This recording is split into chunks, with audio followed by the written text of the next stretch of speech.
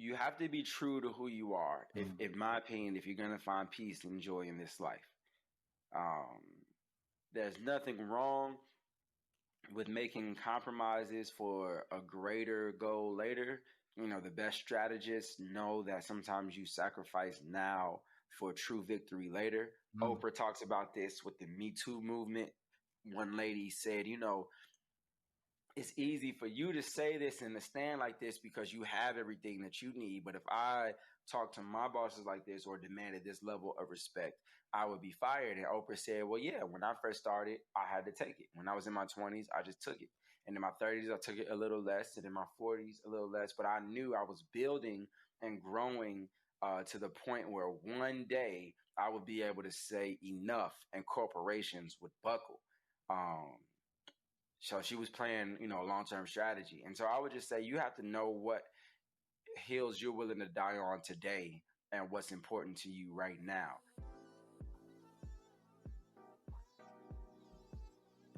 Welcome to Boss Locs, and today you are listening to the next episode from our pilot series. And this one is a conversation that happened last year with Kareem Manuel. And while this conversation happened last year, I think that this is the perfect follow-up to our last episode where I spoke about the protest and shared a message from Tupac. And if you haven't listened, please go ahead and check that out. It's episode number 3. But it's the perfect follow-up because in today's episode, we speak to Kareem about how his company started from a desire to unite and empower us all. We also go into a deep discussion about mental health and knowing when to stay true to yourself. Oh, and one last thing I wanted to add. I'm partnering with a company called Inclusion, a tech startup that is creating a freelance marketplace and job board for underrepresented professionals. And they're actually getting ready to host their very first networking event, and it's all virtual. So I'll tell you a little bit more about it about halfway through the episode. But for now, I hope you enjoy learning more about Kareem and his company, We Socidty. Hello world, I'm your host Walter Gaynor II, and I would like to welcome you to Boss Locs. Boss Locs is a media company founded to redefine professionalism by encouraging diversity, inclusion, and also proving that natural hair and professionalism do coexist. Today I have the honor and privilege of speaking with Kareem Manuel. Kareem, how are you doing today, man? I'm good, man. I feel real good. How are you? I'm doing well. I'm doing very well. Thanks for coming today. Thanks for having me. All right. So, for those who don't know, Kareem is an entrepreneur, artist, creative, and founder of We Socidty. Started with just a couple dollars and a phone and built into this global social enterprise that's kind of uniting and empowering us all. So, Kareem, I have a bunch of questions to ask you, and I really want to dive into everything. But before I do, I want to ask you, what are 3 things that most people don't know about you? I don't know. I'm pretty open. I don't think people know that I did not go to college. Did not go to college. So I don't have any type of formal degrees, although I love and believe in education. People don't know that my boys, I have 2 boys. They are 10 or 9 and 7. So I had my first child when I was 23 and my last when I was 25, and I'm about to be 33. And for better or worse, some people can't tell that I'm in my 30s.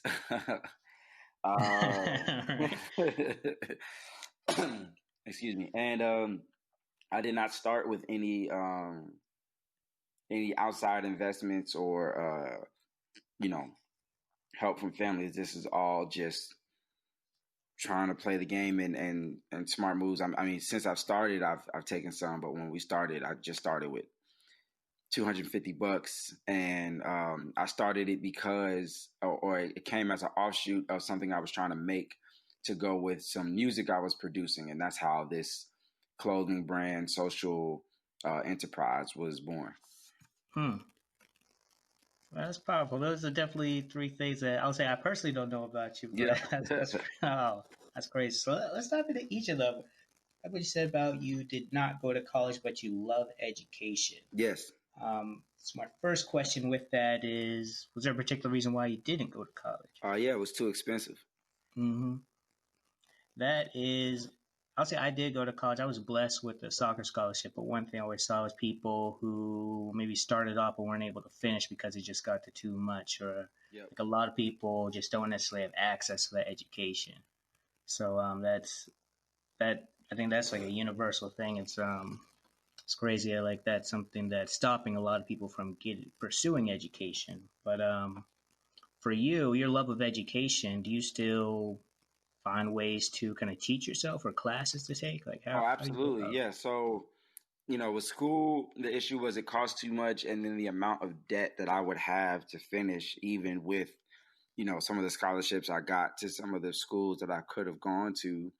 Mm-hmm. Also, I think that for many of us who would be, first or second generation college attendees, um, you know, I don't think true education is learning how to memorize information, Mm. which is what I feel like school here. Oh, hold on one second. Sorry about that. Yeah, no problem. Is what I feel like school here advocates for. Just remembering what the teacher taught you. I definitely want to learn and grow, and I think with the invention and access of YouTube and Google and public libraries, mentors, there are always ways to learn. So I continue to study and sharpen and hone my craft, both as a entrepreneur and businessman, as a fashion designer, as a parent.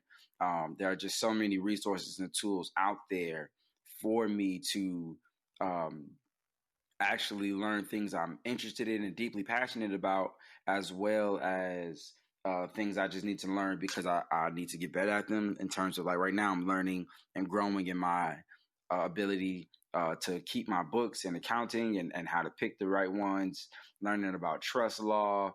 All this information is out there. I just didn't feel like, graduating with a debt that I might spend the rest of my life trying to pay off was the wisest investment.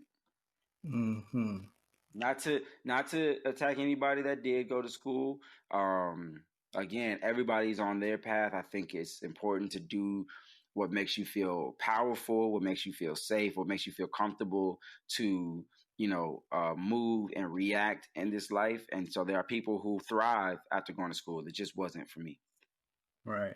I always like to say, I feel like there's a million ways to make $1 million, and Yeah. one way might work for one person, and then it might not work for that other person. And you're right that kind of debt is something I feel like a lot of people don't take into consideration. One, just not worried about it, or two, just don't know enough about it, so they kind of get into that situation without finding themselves stuck. So I think it's amazing you kind of assess that and were able to make a decision that worked best for you. And it's interesting you mentioned kind of YouTube and finding different ways to learn what you need to, especially with entrepreneurism, because I was on your page, I believe it was you, and you shared a post by someone named Rashawn Williams, who's a venture Yep. capitalist. Yep. Yep. Man, so tell me about, like, why do you follow him?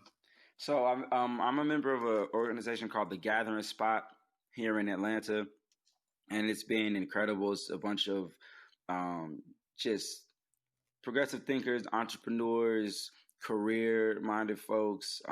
It's Black-owned, and he and the CEO, who is 27 to 28, Ryan, were having a discussion on investments and Blacks in America, and the different types of investment, and how little we are involved in true investments of companies, like Lyft and Uber and Airbnb or art and things like that.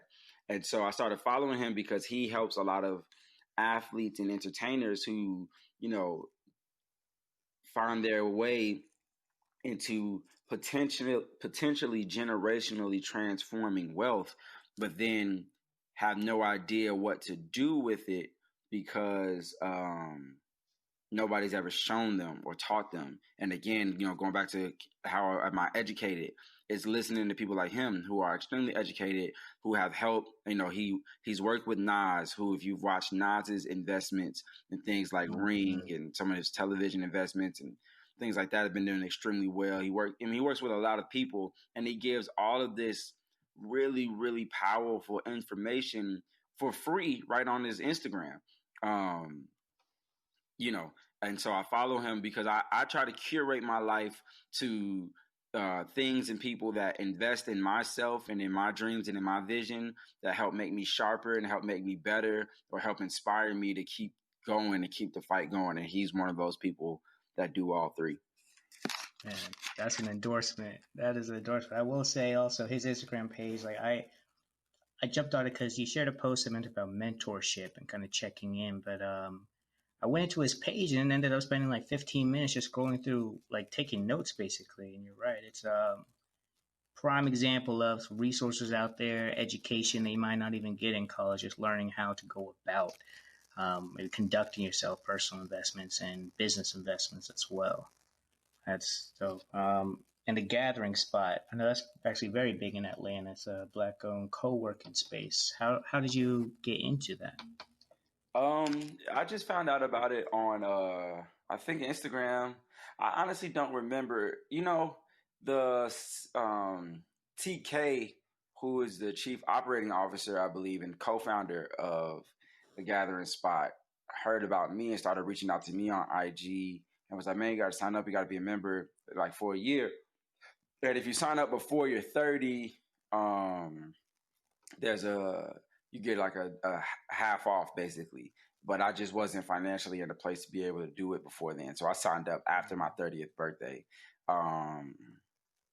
And yeah, it's just if you're trying to do things in Atlanta, eventually you're gonna find out about the Gathering Spot, and it is the spot to be, in my opinion. Yeah. Yeah. Nice. Very cool. Now I want to dive a little more into kind of professional in a second, but I want to go back to you mentioned you have two boys. One when you said 22 was your first child? Yep. Yeah. How did becoming a father at kind of a young age, did that change anything for you? Oh, everything. Just because it's like your view or your vantage point is so small, but you think you know everything. And I'm talking about myself, right? You think you know the world and how it works, what's important, what you're willing to do or not do, all of these things. And then you create life, and you're blessed to be able to create a life that you are responsible for, to help teach and train, keep safe, put on a path or trajectory to be able to, hopefully accomplish more, achieve more, and not necessarily achievements in the way we think of achievements, but whatever they want in their life, to just have more resource, ability, time, network, all these things to be better, safer, happier, all these things. And so it just helped expand my heart, my capacity, my thought process, what I was willing to do, the hours I was willing to put in, because I say all the time, they didn't ask to be here. I brought them here. We with their mother brought them into existence, and I ask them all the time, like, do you still enjoy existing? Do you still enjoy being alive? And it's not my job to make them happy, but it is my responsibility and role as their father, I believe, to help put them in the best positions to find their purpose, to attain happiness and joy and peace, to discover themselves, and then to be able to take whatever ideas and passions that they have, that they can put their hands to and actually begin to accomplish them in this life. One of the most damaging and hurtful things, I think, is when you feel like you have all this greatness inside you, you have all these thoughts, you have all these things you want to do, and because of where you're born or what color you are or any of those type of things that have nothing to do with you that other people create, you are restricted and blocked. And that passion that I have to kind of help remove all barriers from them expressing themselves pushes me greatly. Man, that's a parenting pro tip. Asking your children if they still happy to exist. And what? Yeah. When did you start asking them that? As soon as they could communicate, really. So my first son, Nathan, he started walking in 9 months and talking in like a year and a half. And around then I would just say, hey man, you you still love being alive? And he couldn't answer. He didn't understand it, but I just saw my ask all the time. And as he Mm. became more aware, it's led to some really, really profound conversations. Same with my second son, Maddie, who didn't talk until he was about 3 or 4, but he's a deep, deep thinker and Mm. communicator. And so I've always just been really real with them and able to speak to them. And so they will share with me just really the deepness of their heart and stuff they're thinking about and going through. And they're some of the happiest kids I've ever met. But I think it's because they felt seen and cared for since they were brought here, that they don't feel like they have to hide, at least not from us. Mm. Man, I'm glad you shared that, especially like in this day and age where I'm glad it's being a bigger topic, mental health, but that's kind of something I personally haven't heard many people talk about when speaking to your children, just blatantly asking, "Are you still happy to be alive? Are you still loving yourself?" That's very important. Do you follow? So you said you started when they were very young. I think that was you said 7, 9, or something. Yeah, yep. Man, and so what was? I guess in your own life, have you had to deal with any mental health Oh my struggles? God, yeah. Yeah. Oh yeah. I've been going to therapy for 2.5 years now, counseling, whatever you call it. Uh, I mm, I always get wary about this part of the story because I want to focus on myself and not Mm-hmm. other people or ideas. But I will say, um, I was a very, very, very devout Christian, I guess, and became a pastor at a very young age. Mm. Um, and feel as one thing, I also come from the hood of Chicago and was raised by a mother who's from the Caribbean and a father who's from the streets of New York. And so there are all these different things at play in terms of my identity as a black man, but not being black enough because I pronounced my words too clearly or read like I was white, as kids in my class would say. Mm. Um, Versus what the church said was acceptable and allowable to do, and some of the ideas that they had. And so I had all these identities clashing, and I believed I made some belief choices. Again, I won't say it was a cult, but the way and the level to which I believed in it was a cult or very cult like. And waking up, as they say, becoming aware of the oppression and struggles of my people in this land and who is largely responsible for that. And my acceptance and help of them to continue, these structures to thrive definitely caused a lot of mental and emotional anguish. When I was 30 years old, basically, and I woke up and realized that my life to that point had been following a program, had been following a guidebook. I was trying to do the right thing and be the right person and make the right choices and checking off these boxes. Um, Mm-hmm. but my body, my life was letting me know that I was not in line with myself. And the work it took to detox from those harmful thought patterns, harmful relationships, whether they were intentional or not. Because a lot of times we don't know. I talk to, especially black parents um, who are following, in my opinion, a slave's mentality on how to rear children because it is now part of our culture. And it's like these parents love their children 1000%. But the culture of what it means to raise their children, I think, is very harmful and traumatic.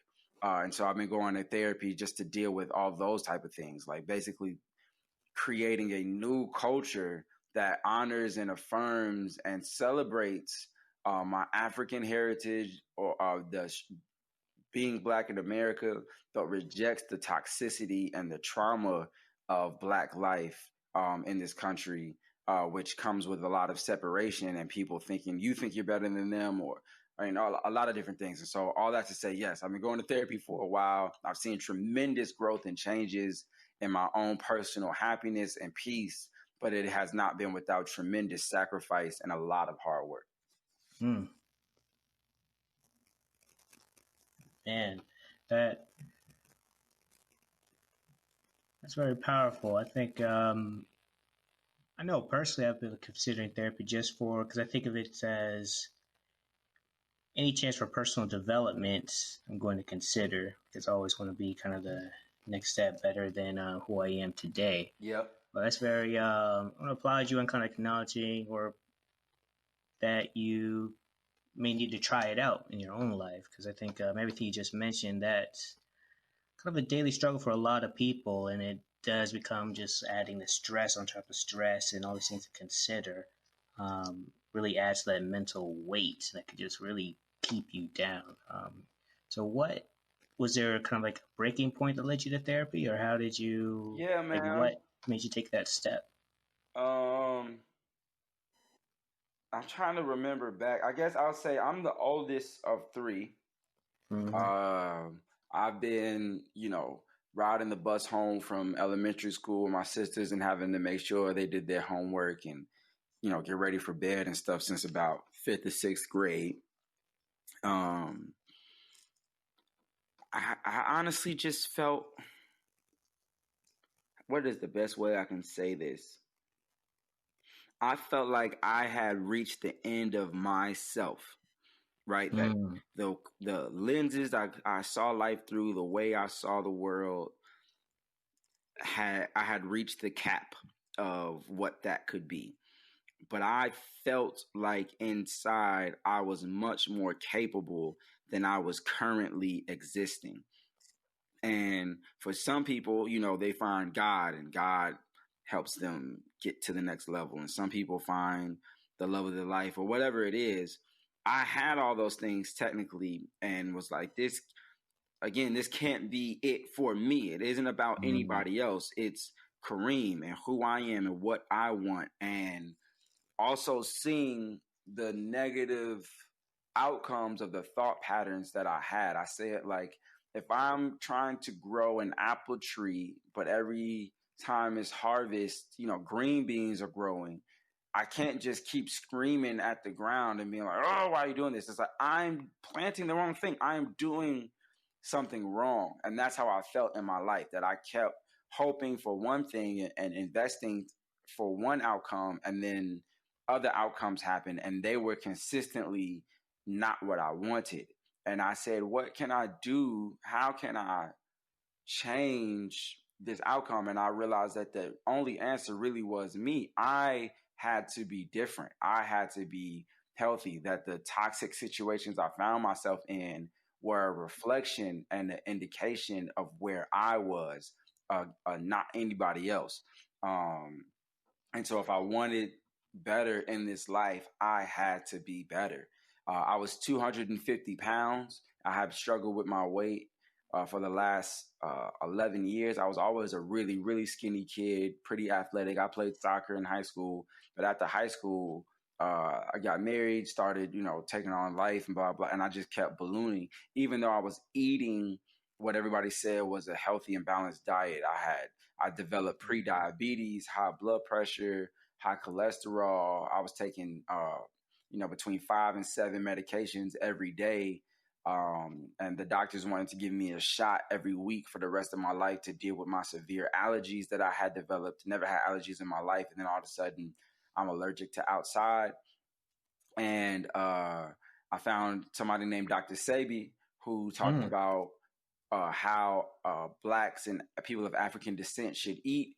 And he called it alkaline living. And I was in a space where everything was on the table. Everything of my life was on the table to be assessed and analyzed. And so I said, you know what, I'll try it. I don't know if he's full of shit. I don't know if I don't know this person from a can of paint, but the way I'm currently going isn't working, and I don't know what I'm doing. So I tried it for a day. It was fine. 5 days in, I felt the best I had ever felt in my life. And I was like, oh, this is for me. And as I continued to eat in an alkaline way, in a clean way, I felt like a fog lifting over my mind. And I said to myself, if I could be this unhealthy physically and think that this is just everyday life, I wonder mentally where I am and spiritually. And so I started going to therapy, and it's been one of the greatest decisions of my life. And it was around that time I started this company. It's like everything kind of Oh, came around wow. the same time. Wow, things really just lined up. Since we start taking those steps forward, everything else starts to line up. Yep. That's beautiful. Now, Dr. Sebi, it's interesting you mentioned that. I first heard about Dr. Sebi last year on an interview Nipsey Hussle did, or some piece Nipsey Hussle. Yep. And he was talking about he's going to do he was working on some type of film project to Yeah, just he's gonna do really a market. documentary about him. Yeah, yeah. Now, with in your life specifically, when you started following Dr. Sebi, what were some of the things you started changing about your diet? I cut out all animal products. Oh, really? Yeah, just no animal products at all. And then I started eating off his food list because, you know, I'm not trying to get all into conspiracies and was Nipsey killed. I don't, what's sad Mm-hmm. about our society is that so many possibilities. It could have just been jealousy, hatred, whatever. Dr. Sebi, if you don't know about him, was sued by the government for claiming that he cured AIDS. He went to court, the Supreme Court of New York, and defended himself and won the case that he did, in fact, cure AIDS. He had over 77 patients step forward. And he has this list and this idea, his theory, as best as I can articulate it, is if God or whatever consciousness has created us and created all things and put them in habitats that are conducive for them. So a polar bear is living in an environment that is good for a polar bear and has the food that a polar bear eats. If you take that polar bear out of its environment and out of its natural food source and put it somewhere else, it could live okay for a while. If you put it in where grizzly bears live and eat, for example, it could possibly live for a little bit, but it would not be living at its optimal level. And he argues that humans are the same way, and that black and brown normally come from tropical jungle type areas or desert, sun areas with foods that are good for our blood, that alkaline our blood, that make our blood electric, and that we are currently eating things that make our blood and our bodies acidic and full of mucus, which is why we have to take Pepto-Bismol and antacids and lactose pills and all these things, all these medicines and pills and potions to eat the food, or we just, our bodies just balloon and we're overweight and we can't sleep and have all these problems that we just think are part of getting older. That he argues is not the case. We're just not living and eating in a way that's good for us. And so all that to say, I ate foods off this alkaline food list, and I definitely felt, night and day difference for my body. And in 30 days, I had lost 30 pounds. Wow. And then, 60 days was like another 30. And at the end of 5 months, I was 100 pounds lighter. Yeah, it was crazy. Man, for anyone listening, look up Dr. Sebi's alkaline food list, and also there's a Breakfast Club interview where Nipsey Hussle was speaking on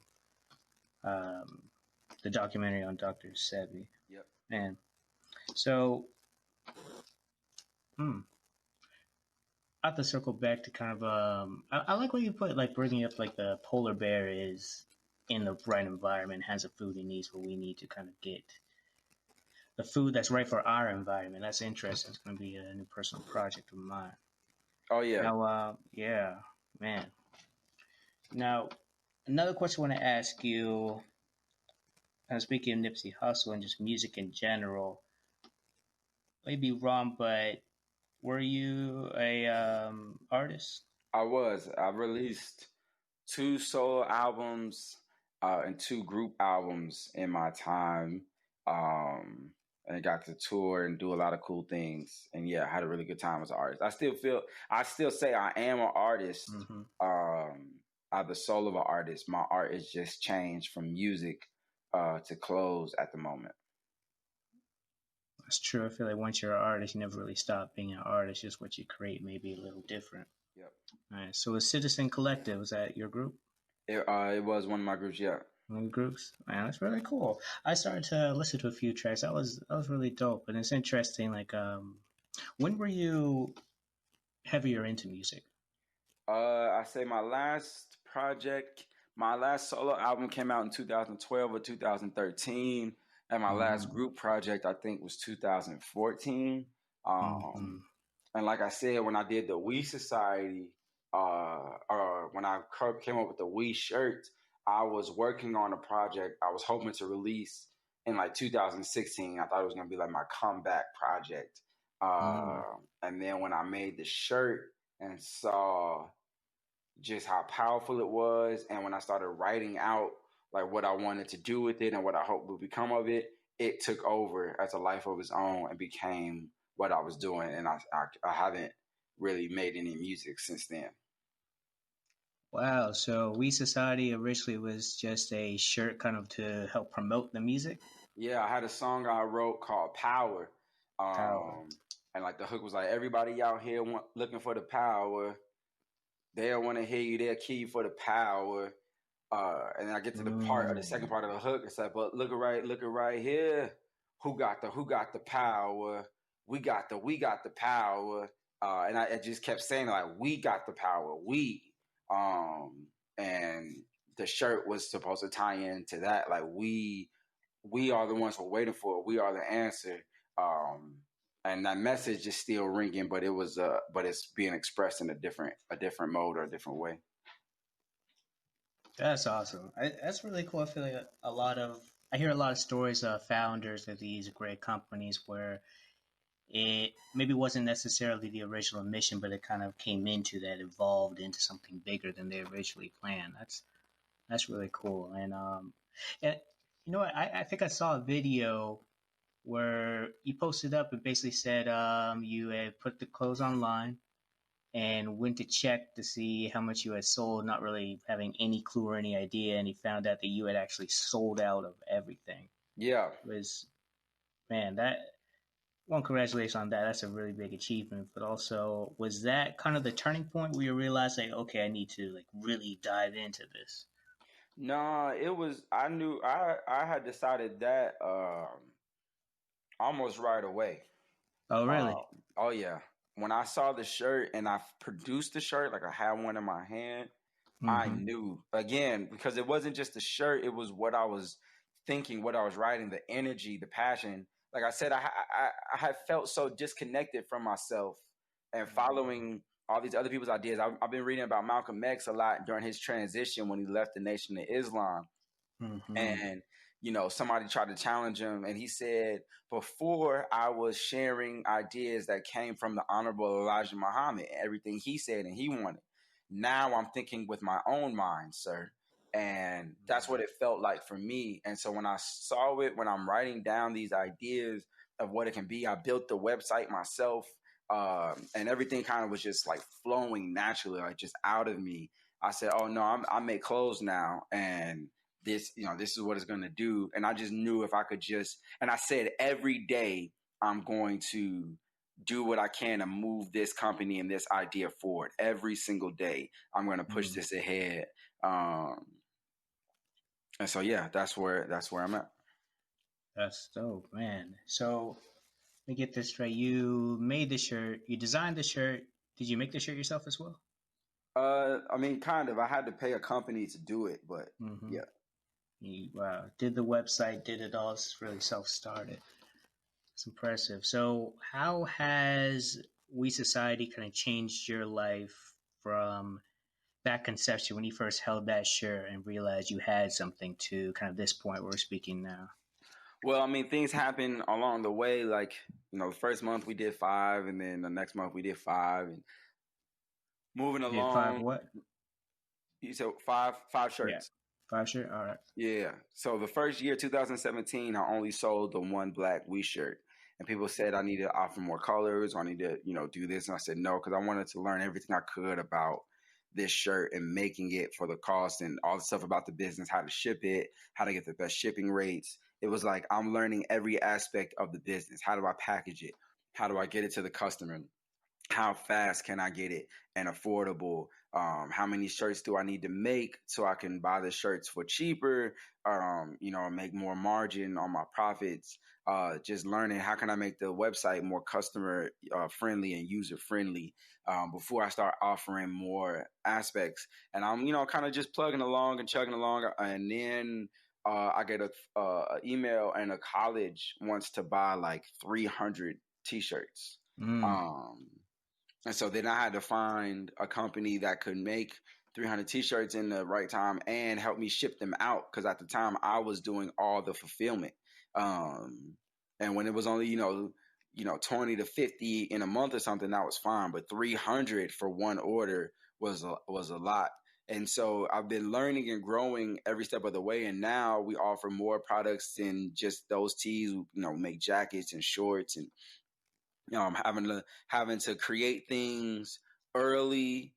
So like right now it's about to be the summertime, but we're designing and creating the products that we're going to sell for the fall and winter of later this year right now, and getting them costed out and how much are they going to cost us to make them and what are we going to sell them for, and trying to plan out our marketing campaigns and all those type of things. Like it has grown a lot in these 2 years. That's crazy. Now, so there's a lot of thought into this, really perfecting your craft. I like to hear that. And I remember when I met you were showing me the Nosotros shirt. Right. And I get that means we in Spanish, but when you're kind of deciding the different types of shirts to sell, how to grow this company, why'd you choose Nosotros? We want to represent and be a voice for marginalized and oppressed people everywhere. I believe that black and brown are the same, that on the slave trades, we all got dropped off in different parts of the Caribbean and Latin countries. I believe that we're all part of the African diaspora. And even if we weren't, human rights issues, I think, should affect and be a concern of all humans and not just people who are part of your cultural tribe, as it were. And so you wanted to stand and say with those who might not assume that they are part of something I would care about. It's like, we see you too. There are countries like Cuba, Mexico, so many parts of the United States were Mexico before the U.S. showed up. And now we see what's happening to them now, where like this movement to build this wall as if there's some type of, harm or threat to us. I just think it's asinine. It's crazy. And I don't want to sit by on the side and only point at issues of people who look like me when there are issues that are happening everywhere, because in my opinion, that is where the true power is. It's like if a bully is on a schoolyard, picking on, what it looks like or is considered the weaker kids. If all of those kids get together and say, we're not taking this anymore, and go at the bully, they win most often. But if I just keep it to me, it's a lot weaker of a statement, although I think we're powerful. And so I want to gather all of us together. During the civil rights movement, Hispanics were a large part. There's a whole movement, and you'll see it in September. We have something called Viva la Raza, which is for the people, that people who march with King and march with X would chant and say, and Chicano power. We plan on doing stuff with Native American brands. There are women who have been being kidnapped and abducted, by the thousands, and no one is saying anything. Just indigenous women, as these oil rigs show up to lands and these pipelines show up, like just these women go missing because they're way out in the middle of nowhere and no one cares, because it doesn't affect us in these major cities or whatever. And I'm not gonna be quiet about it. And so we picked Nosotros as the informal street version or way to say us, or we just to show the unity and the diversity that we hope to have as a global brand and a global voice for people who are fighting for justice and their right to speak and be powerful all over. I love that. You know, a lot of times, a lot of companies are kind of trying to become the most inclusive organization. And one of the things that BossLocks we're doing, we stress a lot on natural hair and professional environments, but kind of encouraging and promoting inclusivity in everyday life and business environments. Because a lot of times we see companies trying to chase like the black dollar or the Latino dollar, but you guys are really an example of what it means to be inclusive. He's not chasing some more customers, you're really including people in the struggle, saying, or in the movement, kind of saying, "Hey, this is we, really we, not just kind of black, but we're all together. Let's feel it stronger." I like that, and you're right, man. People, you kind of hear about it in the news, but it's there for like an hour, and next day it's gone. So I really like that you're not just stopping in one place, you're keeping going, you're finding different groups of people, cultures, kind of stories to really hone in on. I love that. Yeah, I appreciate it. Hmm. Man. And I know We Society is really kind of blowing. It's amazing you said only 2 years, but I know I've been following you guys for a while, and I saw at one point Ebro from Hot 97 is wearing a We Society hoodie. Man, Yep. what was that like to see him wearing that on his platform? You know, it was incredible, and he brought it. Like he went on our site and he brought a bunch of stuff. Oh wow! Yeah, and connected with us, connected us to a few people. So major shout out to Ebro. But it's a few, celebrities as it were, influencers who have caught on the vision and are supporting. Young Thug has worn our stuff. Lil Keed here in Atlanta. Ebro obviously. Jadena with Oh his wow! platform and connection to both Africa and just he's a global star. And he normally only he dresses up most often and he put on our hoodie and like let us make a promo code and everything and sell it and offer it. And it's I'm just really grateful because these are not things I sought out. Chris Paul wore it before a game, and then GQ ended up talking to his stylist, and so they ended up talking about us in GQ magazine and putting our pictures up in GQ magazine of Chris Paul wearing one of our tees that we designed. And it's just like to see the love and support and the way that people are getting behind it is incredible. And you just brought something up in terms of like chasing the black dollar. It's like I hope and I think that people see that this is something that is real for me and authentic, and that I'm not chasing. I'm not trying to chase some trend of black owned or black designer or whatever. It's like this is really something from my soul, and I think people are supporting that, and I appreciate the love and want to honor that by being and doing the best job that we possibly can.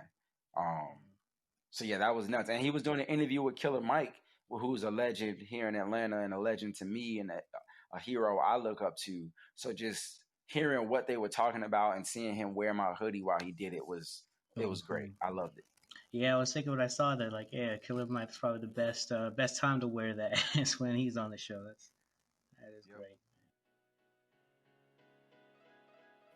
We're taking a quick break because I wanted to tell you about Inclusion, the company I mentioned at the beginning of the episode. So, Inclusion is a tech startup that provides a freelance marketplace, and they're building a job board for companies that want to hire diverse talent for remote positions. And they are hosting their first ever happy hour and virtual speed networking event on June 25th from 6 to 9 p.m. This event will allow you to connect with others one-on-one for at least 8 minutes, chat about you, the things you're doing, and really get to know the other person in the chat room. They also have a nice virtual lounge room where you can really connect with anyone and everyone who joins. And I like this event because I think that now more than ever is the time to take advantage of these virtual events to connect with people from outside of your physical community. So if you're a freelancer, hiring manager, recruiter, business owner, or anyone who's looking for a job right now, this event is for you. Tickets are available now, so click the link. I added one to the description and sign up before the event is sold out. If you're unable to click the link, then you could visit our website, www.bosslocks.org. And in the show notes, I'll have a link and more information there, so you can sign up if you're interested. Thanks, and back to our show. One thing I want to ask you is, I saw you kind of documented your trip to Uganda. I don't know when that was, but can you tell me a little bit about that trip? I went last summer, and I went to September before that. Oh, twice. Yeah. I've gone to Uganda 5 times. 5 times? Wow. Why Uganda? Well, I've gone to a lot of places in Africa. Not a lot, not as many as I would like to, but I've gone around. But Uganda, I just developed connections. When I travel on tour with Lecrae, I speak and raise money for a village in Uganda that we support and that the We Society supports. And so I go to check on them and see how things are going, how the schools are doing, the wells that are being built, how they're being utilized in the communities, the hospitals. I just go to make sure, because Africa is the most the most charities and the most NGOs in the world, and still the most impoverished. And so I don't want to be a part of something that is being harmful, but I think it's being helpful because I'm way over here, in the States, shopping in my grocery stores and buying my Jordans and all this other stuff and raising this money, and think because I raised the money, that somehow I'm doing a good job. So it's like I want to go and be with my people and build with the people and see and make sure that they're getting the help and the resources and the tools that they need, and the love that they need. So I'm going to South Africa in a couple weeks for my birthday, and I'll be there for 2 weeks. And yeah, I'm looking forward to it. That's incredible. And so with all your travels, before I ask what to say, I think we're starting to see, at least I'm starting to see a lot more of an African presence, African representation here in America, mostly through music. And one thing I keep hearing is just the kind of the coverage of it really paints like a very negative light of Africans and people living in Africa. And also vice versa, a lot of media coverage in Africa probably paints Black people in America in a bad light as well. So having been to Africa so many times, what's something that either you've learned from your travels or something you wish that other people kind of understood? Specifically about Africa is that it's not all poverty and potbellies and flies. And what's crazy is they do the same thing in Africa about us. Like the only images they show about us here in the States is like thugs and we shoot each other, and we're all drug dealers and gangster rappers. Like they don't get shown images of us being successful in other ways and being healthy in other ways, and we don't get images of them being successful, because if we ever work together, it would be a problem. And so when I go over there, it's like, yes, I go to the bush, I go where people are living in huts, but I had a friend of mine who was just in Nigeria talk to a woman who's 134 years old. Whoa. Living in a village, because she's eating like natural food from the ground. She doesn't have all of this pollution from all our cars and cell phones. She doesn't have the stress of society and the way society tells us to live and wants us to live. And so when I go, it's like, it's that, but then even to the modern aspects, like in Cape Town and places like that, like they're at the same level as us. We just would never see it. I mean, the beauty, there are pictures in my phone that I post on my Instagram sometime, and I say there's no filter on this. This is just how it looks. And you couldn't believe the richness and the depths of the color, and that's just from nature. That's not even the man-made things and aspects that are beautiful. So when I go, this time I'm going for 2.5 weeks, and I'm doing everything from swimming with sharks to hiking mountains to doing We Society pop-ups and stores. And I know I'm going to live there at some point. Oh, yeah? I'm just trying to figure out what to do with my family, because the opportunities there are endless. You just won't know that if you only trust the images that are allowed to get through here. Swimming with the sharks, man. Good luck with that. That sounds incredible. Oh man, I That's can't wait. oh man, that's life changing. Do you think that you say your mom is from the Caribbean, She's from the Bahamas, yes. My from the grandma's Bahamas? from Jamaica, yeah. Gotcha. Do you think that having that influence kind of created this more of a global mindset for you? Um, Probably. I've just always, I don't know. I guess so. Yeah, just knowing that there's more even to black people than just the United States or Mm. African American. My dad was in the Air Force, so until I was 5 years old, so he was always going somewhere, Egypt, Korea. Um, so I always wanted to travel. And then I started traveling really early. I think in my grade school, my Spanish club every 2 years would take a trip to Puerto Rico. Um, and so I took Spanish from third grade to eighth grade, and then in high school, I can't remember where we went, but I had a passport really early, and even just going to the Bahamas to see my mom's family, like just that experience just opened me up. And so, I've gone to Turkey, I've gone to different places in Africa, I've gone to Amsterdam, uh, and yeah, I love to travel, and I love to be reminded that the way I see the world is not the only way to see the world. Mm.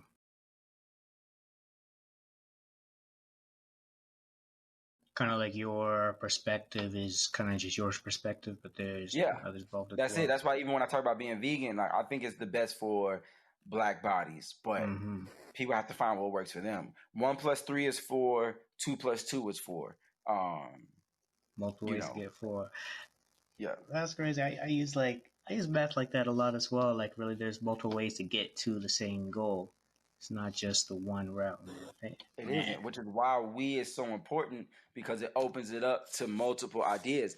If Martin Luther King and Malcolm X got to have more conversations, Mm-hmm. um, Malcolm X said one time, he showed up to the same city where Dr. King was giving a speech, and they asked him if he was there to make life difficult for Dr. King. And he said, no, I really didn't come to make life difficult.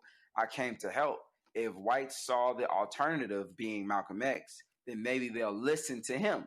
Um, Saying, utilizing my willingness to meet aggression with aggression and my opposition to nonviolence as an answer, if they knew that a man like me existed with an army of people who were willing to fight to the death, maybe that would push them to listen to him and his peaceful solution instead.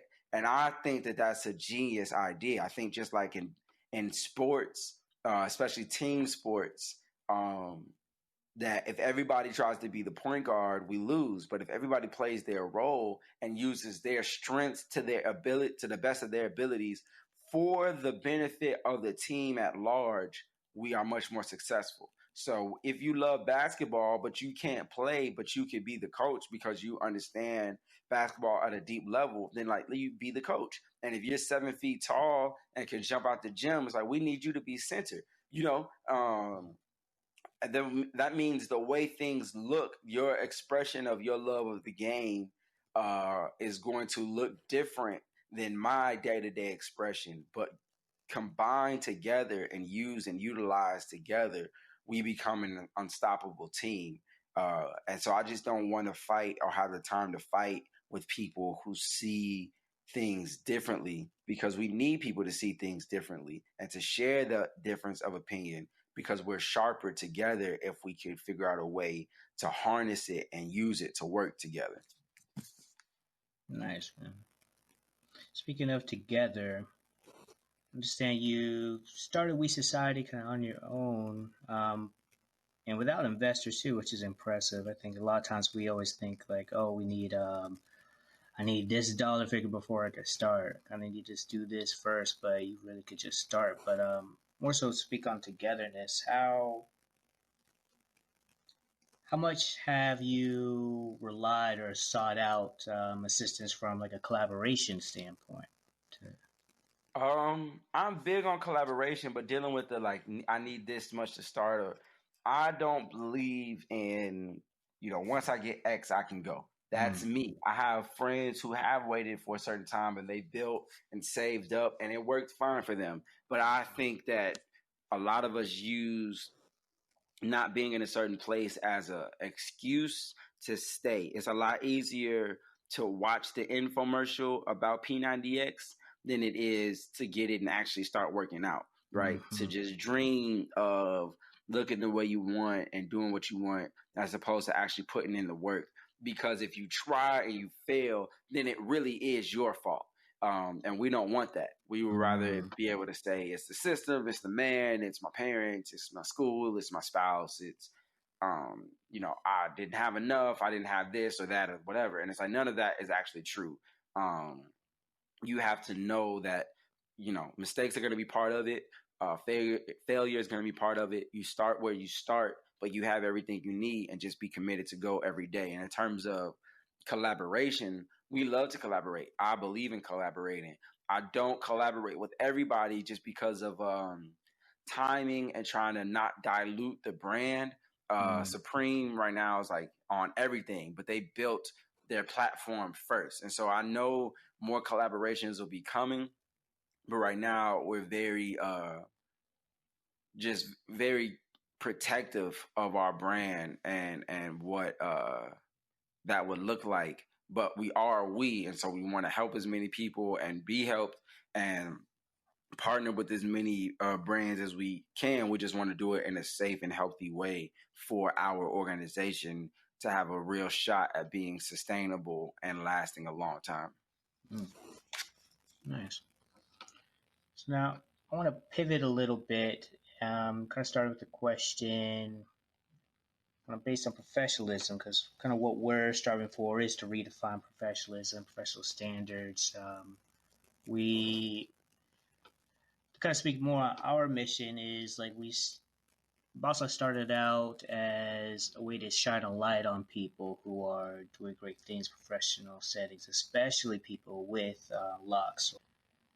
To kind of speak on professionalism in your life, to start off with, what does professionalism mean to you? Okay, so this is a good question. Professionalism to me is, and I hate using the word in the definition, so I'll try my best to clarify, but handling things in a professional manner. There is an informal way of conducting yourself and conducting business that you can treat your friends, family, people you're cool with, and then there's a way to treat the masses in a way that is respectful and courteous to the fact that you are not familiar and do not have that level of like intimacy. And I think that is professionalism. There's also diplomacy, which is a different way, but it's just a certain cultural expression of manners and interactions that say, I respect you and who you are and what you are. I respect your time. I respect your money. I respect your, thoughts or appreciation about my company, business, or brand. And I want to express that in a way. And the word for that culture, I believe, is professionalism. So timeliness, clear communication, especially when it comes to things like time and money and resource. That's professionalism. Man, so not really what you look like, but more of how you're acting, especially with acting with other people. Yes, because in this society, the people who run and control the culture decide what professionalism looks like on a massive scale. So professionalism, I guess, in America, if you ask the general population, would be, dress code. If, for instance, right now I fly on United as like on an employee account. One of the people who work for United is like put me on his account. And I get this email every time I sign up to fly about what the appropriate attire and dress code is, because that is the culture that they are making. And so the people who run and control the society get to say what is appropriate and what is not. But there are areas where I'm from where uh, that would not be professional. And being professional would be jeans and some Timberlands as you go to work. For Kobe Bryant or LeBron James, professionalism is a uniform for his team with the team logo on the front and their name on the back and gym shoes. But if he wore that to a corporate job, they would, look down on him. But in the right setting, he's dressed exactly right. And so professionalism is, to me, much less about how you dress, but how you act and how you honor the culture of where you're either working or what you are building. Really goes back to what you're saying earlier, kind of about the perspectives. And I like what you said, like the people who kind of won or are in charge are kind of are setting these standards, but it's really based on their perspective. Right. Interesting. So with all that being said, kind of understanding that, what advice would you give to someone with natural hair who's looking for a job or advance their career? Because I'm an entrepreneur, it's hard for me. I would say you have to be true to who you are. If, in my opinion, if you're gonna find peace and joy in this life, there's nothing wrong with making compromises for a greater goal later. The best strategists know that sometimes you sacrifice now for true victory later. Oprah talks about this with the Me Too movement. One lady said, it's easy for you to say this and to stand like this because you have everything that you need. But if I talk to my bosses like this or demanded this level of respect, I would be fired. And Oprah said, well, yeah, when I first started, I had to take it. When I was in my 20s, I just took it. And in my 30s, I took it a little less. And in my 40s, a little less. But I knew I was building and growing to the point where one day I would be able to say enough and corporations would buckle. So she was playing, a long-term strategy. And so I would just say you have to know what hills you're willing to die on today and what's important to you right now. I don't think it's right to say that locks are unprofessional in a corporate setting, but there are old, antiquated views and ideas about them. And I think if you are willing, have the stamina, courage, discipline, joy of fighting those battles, then please do it. If you decide that is not for you right now, then maybe that job that you're looking for is not the right one, or you might want to do something different. But if you're gonna keep your hair, then you have to decide, like, are you willing to fight, and how are you going to fight? I had a friend who went to this school in Chicago where I'm from, and in the student handbook, it was against the rules for us to have braids or locks. And he sat before the board of the school and argued academically why what they were doing was both racist and wrong, and won. And they ended up having to change the student handbook so that students could wear locks. That was a fight he felt like taking up, and he went through the channels that the school acknowledged as the way to resist and fight back, and ended up winning. And so I would say, if you're going to do that at your job, sometimes people aren't necessarily against you. The ideas that are in place are, and people don't know how to change it. And if you can find the way diplomatically to help shift the culture of your space to be acknowledged as professional, I feel like there are ways you can figure out to do it. But again, everybody's different. Every situation is different. I'm just giving some examples. Right. Man, I think we give you a couple different examples. So and kind of once again, back to what you said earlier, there are multiple ways to go about it. Kind of, I like what you said about being true to yourself, and you have to find what's true to you. I like that. All right. Now, another question or scenario. Did you hear about the high school wrestler Andrew Johnson, who was? Yeah, I watched it. You watched that? Yeah. Tell me some of your thoughts on that. See, I hated that. I hated that because they play on you're an individual and you're part of a whole. And so what happens is wrestling is individual, but it's a team thing as well. Like all the points stack up. And so if he forfeits this match, he doesn't just affect himself. So he might be willing to deal with the consequences of walking away from this match, and so as to not cut his hair. But then he affects all of these people who he has been training with, who he's been calling his brothers, who he's been investing all this time with, and you don't want to let them down, do you? As one. Then two, because of the abuses and trauma in this world that we've experienced and lived under, I think that there's a level of low self-esteem that Black males have to fight and wrestle against. And I just can remember, at least for myself, so many times where I needed to stand up and say, you will not treat me like this, or I will not stand for this. But I did not, and I let the person do whatever they said, tears in my eyes or heartbroken or whatever, but I just did not feel safe enough, brave enough, courageous enough to say no when I wanted to.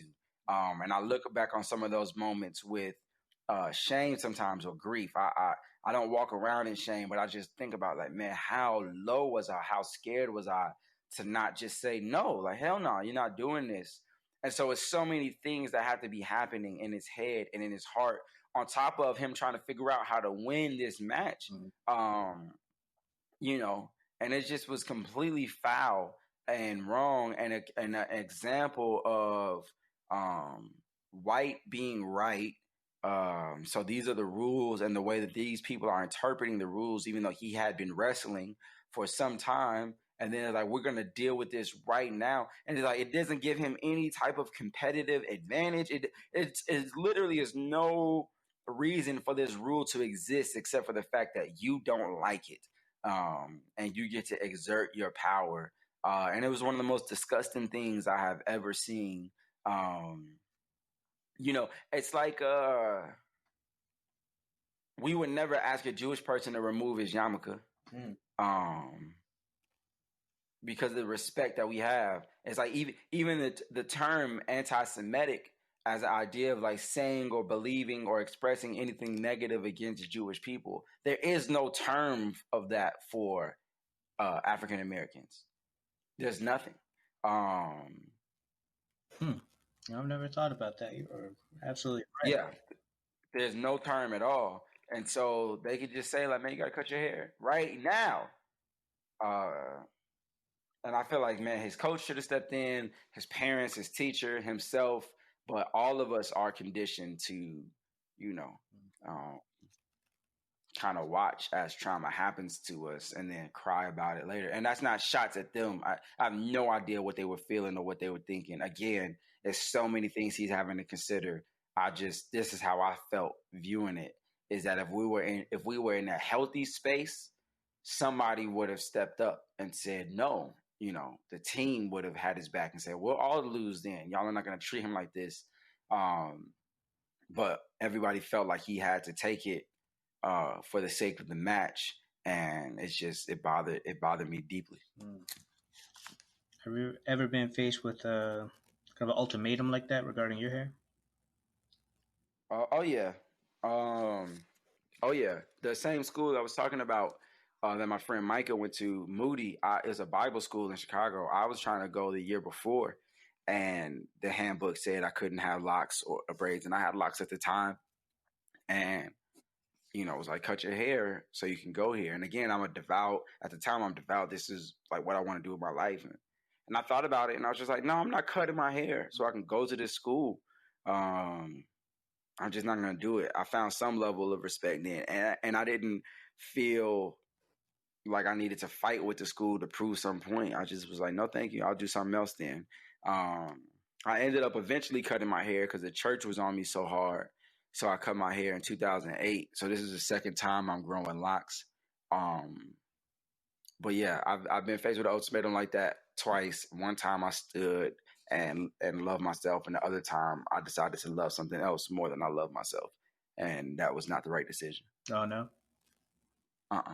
But that's okay. You know, you live and you learn. Yeah, that's a lesson for you now. Yeah, something to fall back on. Now you have something to stand. Like, I've done that before. No more. Nice. So, you said you cut it in 2008? Yeah, I was growing my locks. I started in late 2006 and grew it to 2008, and then cut it in 2008, and it stayed cut until 2016. Oh, gotcha. So you coming right back with it. Nice. Around the same time you started We Society, huh? Or a little before. Correct. Nice. Interesting. So how for you now the second go around, do you consider your hair more of a hairstyle or a lifestyle? A lifestyle. I feel like it's my antenna, and I don't anticipate cutting it anytime soon. I read about the natives, how they grow their hair, and they feel like it helps them tune in, both naturally and spiritually. I definitely love, uh, I definitely love being black, um, and being as black as possible when I walk into spaces.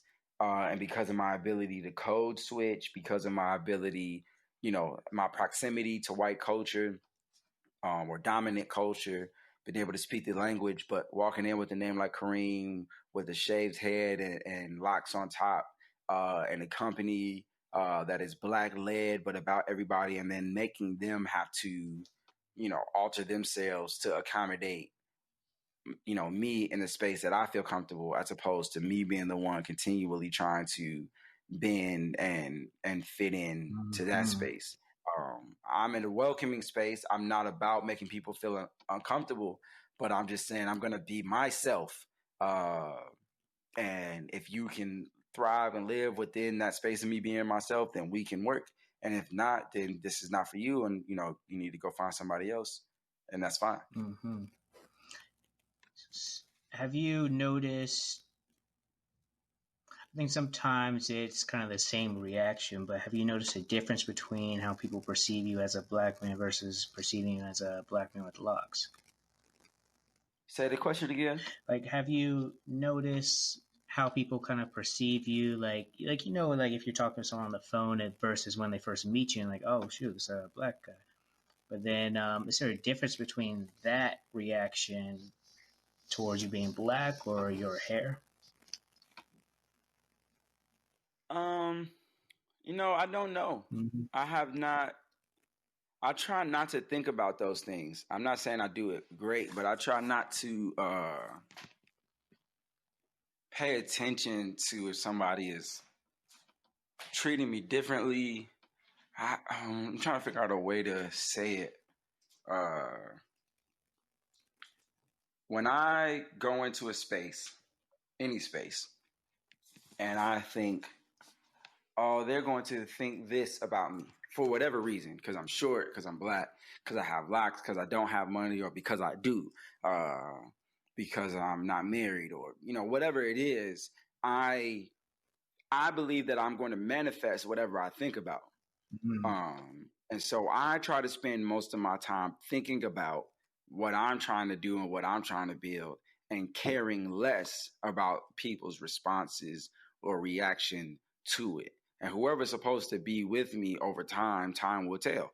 And people will show me by their actions and by much more than what they say. And so if people are reacting to the fact that I have locks and they weren't expecting that or whatever, it's just not something I notice very much anymore. I'm not saying that's good or bad. It's just my way of existing in the world. Is I'm really just focused on myself, and the people that I care about, and I don't think about how are they responding? Are they comfortable, or I don't care. Gotcha. I'm gonna do what I do. I'm gonna dance to my song. I'm gonna build what I need to build, and if it helps you, great, and if it doesn't, great. Man, I like that answer too. And kind of jump back, you mentioned something about like code switching. How important is kind of the ability to do that in your line of work? You said what gave me the ability to do that? Or like how important is it? Oh, I think it's important, but I think it's really important for me because that's what I do. I know how to speak to people's spiritual side. I know how to speak in a language that the dominant culture understands, but I also, I was bused from my neighborhood to a magnet school in Chicago. So I know how to talk to the highly educated Negro, as it were, and the street language. In the miseducation of the Negro, it talks about how the more educated you become, the more separate from your people you become because they don't know how to understand you. And I feel like, if you watch a show like The Fresh Prince of Bel-Air, that was the whole point. It's like Carlton and Will were so different, Mm-hmm. at least in their communication styles. But when it really got down to it, they both wanted the same thing. And so I think if I'm going to say something like we, it's important for me to speak multiple languages. I see. But then I also find tremendous value in people who speak their language, and that's it. And if you want, and they're so powerful and so bold and loving of themselves and courageous that everybody comes and follows them. Jay-Z talks about that all the time. Like somehow he spoke his street language the whole time, but got pop culture to come and follow him and be with him. And I think knowing yourself. So for me, code switching comes kind of naturally because of my nurturing and where I'm from. And it's important to me, but I don't think it's like supremely important that everybody has to have the ability. I think you have to know who you are and what languages you speak, and then just invest in those. If I think that answer makes sense. It felt like it made sense. It definitely did. Yeah, you made sense. Kind of like for you personally, it's not that you have to code switch, but you want to be able to communicate with different types of people. But that's just the way that you found that works for what you're working towards. Correct. Nice. Okay, nice. Yeah, that, and once again, it speaks back to being true to yourself and what works best for you. Love that. Kind of jump back into hair. Let's go around. What are some of your hair care routines? I use black seed oil. Black seed. Yep. Huh. I use black seed oil on my scalp and in my hair. I get it washed at least once a month. I have two people I use. One guy here in Atlanta, he both cuts my hair. He's both a barber and a loctician, so he twists it, styles it, and gives me my fade and line up. Mm-hmm. And that's great. And then I have another person named Triple T who just twists and does a style. So I wash it in natural products, wash, conditioner, and I keep my scalp oiled as best as I can with black seed oil, and different natural oils that people give me on the market, but I still like black seed oil the best. And that's it. I don't have like a super deep regimen. Mm-hmm. I mean that sounds pretty like. I mean that's it right there. I don't think it always has to be deep, but black seed oil, washing it once a month. You have a different stylist too. That's pretty cool. Yeah. Nice. What message would you like to give to others about natural hair? It interests me how often we have to have a whole Black is beautiful movement. Like how different the beauty standards have been set up here, that it seems like every generation has to be reminded or taught that the way your hair grows out of your head is beautiful and attractive and good for you. And again, if you're a woman and you like to switch it up and you do your wigs and your weaves, it's like, do your thing. I'm not making a judgment on that. I am, however, challenging the idea that your natural hair or my natural hair is not also beautiful. Mm-hmm. That like the idea of I need to alter myself in some way to attain this beauty, I feel like is a harmful and a negative thought process. And I just want to encourage as many people as possible to just embrace themselves. How you came out the womb, how you, like I said, this is the way your hair grows out of your body, just naturally, like just kinky and whatever. And the idea that you need to dramatically alter it to look more like dominant society to be beautiful is not good. To me, I think that that's a bad way to think or look about it. And so having natural hair is easier to exist for me. It absorbs the energy from the sun, protects me when I'm outside.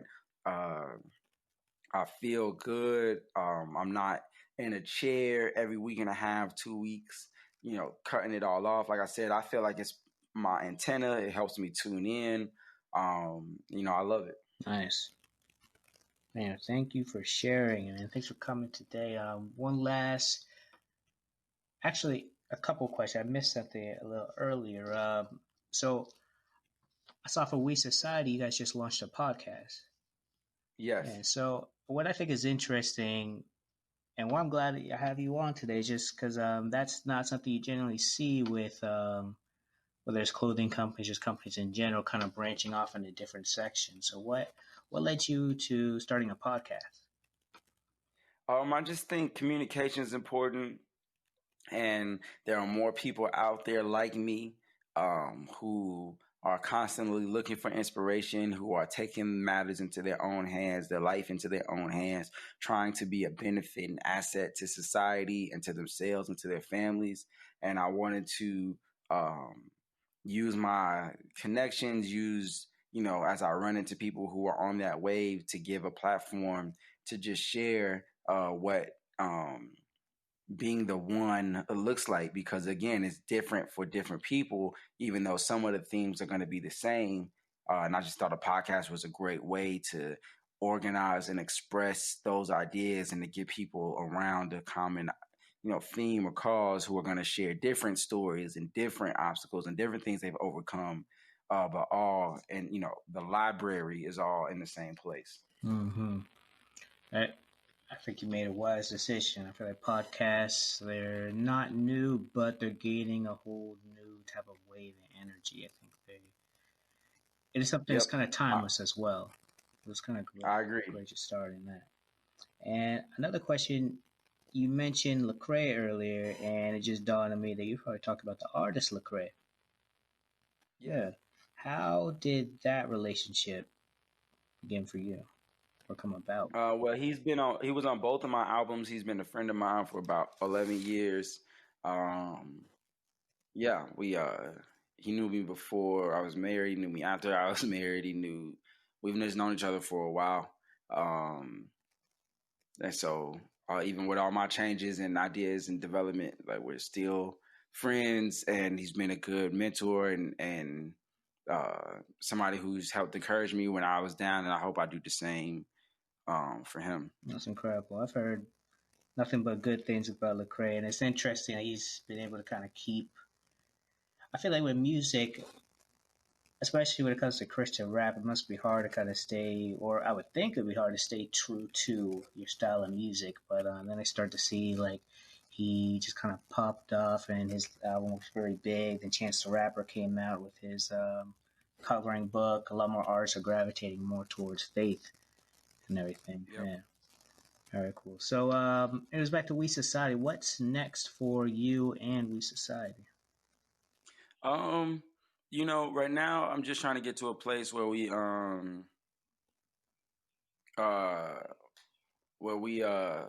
just create products in a efficient and timely manner that help represent and speak, for our people. So as they wear their clothes, it's being good to the environment, it's being good to society, and it's articulating and affirming the heart and the mission of the brand. And we're just going to be as good at building a sustainable business as we can, and servicing the people and giving money and resources to the people. And we'll see where it goes. And by 2020, I would love to have, staff and things like that. And so we'll see what happens. But right now, we're just trying to build a successful, sustainable business that can give opportunities to people that might not have the opportunities now to design, to do marketing, to share in a real way. And that's all we got right now. Nice. Very nice. Man, so everyone go, if you like what you heard today, man, go follow We Society. Check out WeSociety.co. Get a nice shirt. Where else can I find you and We Society?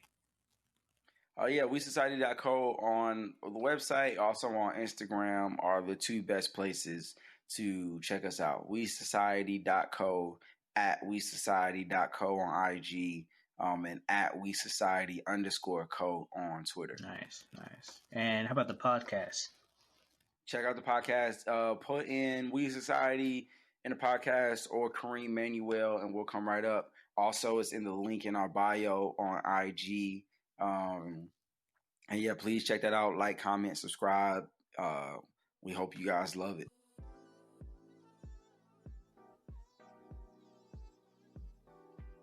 Thank you all for listening to Boss Locks, a show that is redefining professionalism. And before I let you go, I want to let you know that as of today, Kareem is actually looking for volunteers to join his team. So if you like today's episode and would like to help grow We Society, please check him out. I know he's very active on Instagram, but you could also visit his website and reach out through the contact page just to see how you can best help him. I know he's looking for a diverse set of skills, so you may not think that you can help out, but you never really know how you can help or connect him to someone who can help. So yes, please check him out, and also check the links in the description where we'll have a link to his Instagram and other in his website as well, but we'll also have links to the inclusion networking event that's happening on June 25th. So you can go to the description or our website, www.bosslocks.org, to find the show notes and links to our newsletter and more. Once again, that is BossLocks.org, which is BossLocks.org. And if you enjoyed today's episode, please go find us wherever you listen to podcasts. Check us out on social media. So basically, you can be a part of the community and find out when we drop a new episode. Thanks again for listening, and we will see you next time.